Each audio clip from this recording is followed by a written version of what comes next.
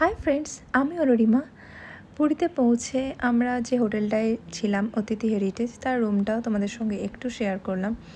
রুমটা একদম ছোটোর মধ্যে খুব ক্লিন ছিমছাম ছিল। আর সব থেকে যেটা প্রবলেম হয় আমার ওয়াশরুম নিয়ে, সেই ওয়াশরুমটাও একদম ক্লিনই ছিল। তোমাদের একবার দেখিয়ে দিই। ওয়াশরুম ক্লিন না থাকলে আমার যে কোনো হোটেলে গিয়ে প্রচণ্ড সমস্যা হয়। দেন আমরা রুমে এন্ট্রি করে ফ্রেশ হচ্ছিলাম।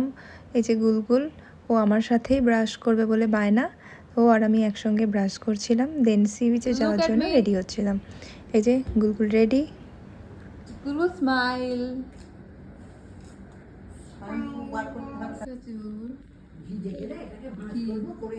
কি খাচ্ছিস? টেস্টি। দেন আমরা ব্রেকফাস্টটা কমপ্লিট করে নিই হোটেলের রেস্টুরেন্টে। তারপর আমরা একটু সি বিচে যাব। এই যে গুলগুলের বদমাইশি শুরু হয়ে গেছে। এটাও আর কি আমাকে ক্রিম মাখাচ্ছে।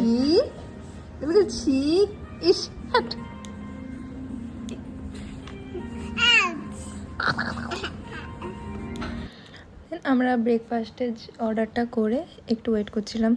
এই রেস্টুরেন্টে এই একটাই প্রবলেম ছিল, যেটা হচ্ছে খাবার অর্ডার করার পরে খাবার আসতে প্রচণ্ড লেট হচ্ছিল। তো যাই হোক, আমরা ব্রেকফাস্টটা করে নিয়ে এখানে দাঁড়িয়ে আছি। তো সবাই আস্তে আস্তে আসছিল। এই যে দেখা যাচ্ছে দূর থেকে সমুদ্র, যেটা দেখলেই মন ভালো হয়ে যায়।